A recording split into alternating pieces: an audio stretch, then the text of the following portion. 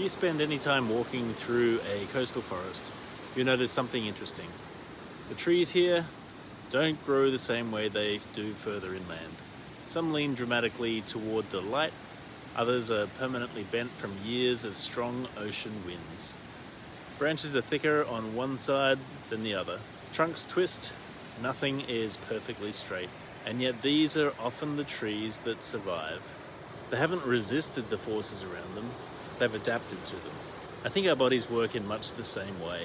One of the biggest misconceptions I hear is that the goal is to have perfect posture or to make the body completely symmetrical. But nature doesn't really work that way. Your body has been shaped by everything you've experienced. The sports you've played, the injuries you've had, the way you sit at work, the way you carry your children. Even stress changes how you move. Just like these trees, your body is constantly adapting to the forces placed upon it. The problem isn't that you've adapted, the problem is when you've lost the ability to keep adapting. That's where fascia becomes really interesting. I like to think of fascia as the body's communication network. It connects everything together, helping distribute force throughout the body rather than allowing one area to take all the load. When that system is healthy, your body has options. If you reach for something awkwardly, if you step on uneven ground, if you catch yourself from falling, the load spreads throughout the entire system. Everything shares the work.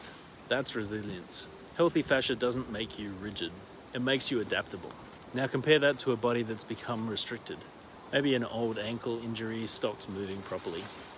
The hips slowly compensated, then the lower back, then the shoulder. Over time, instead of the force spreading throughout the body, it begins concentrating into fewer and fewer areas. The body still finds a way to function, but it has fewer options.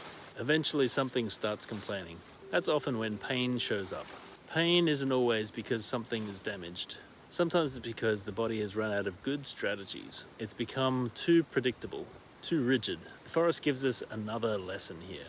When a storm comes through, the strongest tree isn't necessarily the stiffest one. It's often the one that can bend just enough. It moves with the wind while still maintaining its integrity. That's real strength. And that's exactly what I'm trying to help people rediscover through gentle myofascial release. People sometimes assume that because the work is gentle, it can't create meaningful change. But the goal isn't to force the body into a new position. The goal is to help the nervous system feel safe enough to let go of unnecessary tension, to restore movement where it's been lost, to give the body more options again. Because when your brain trusts that you can move safely in lots of different ways, it doesn't need to protect you quite so aggressively.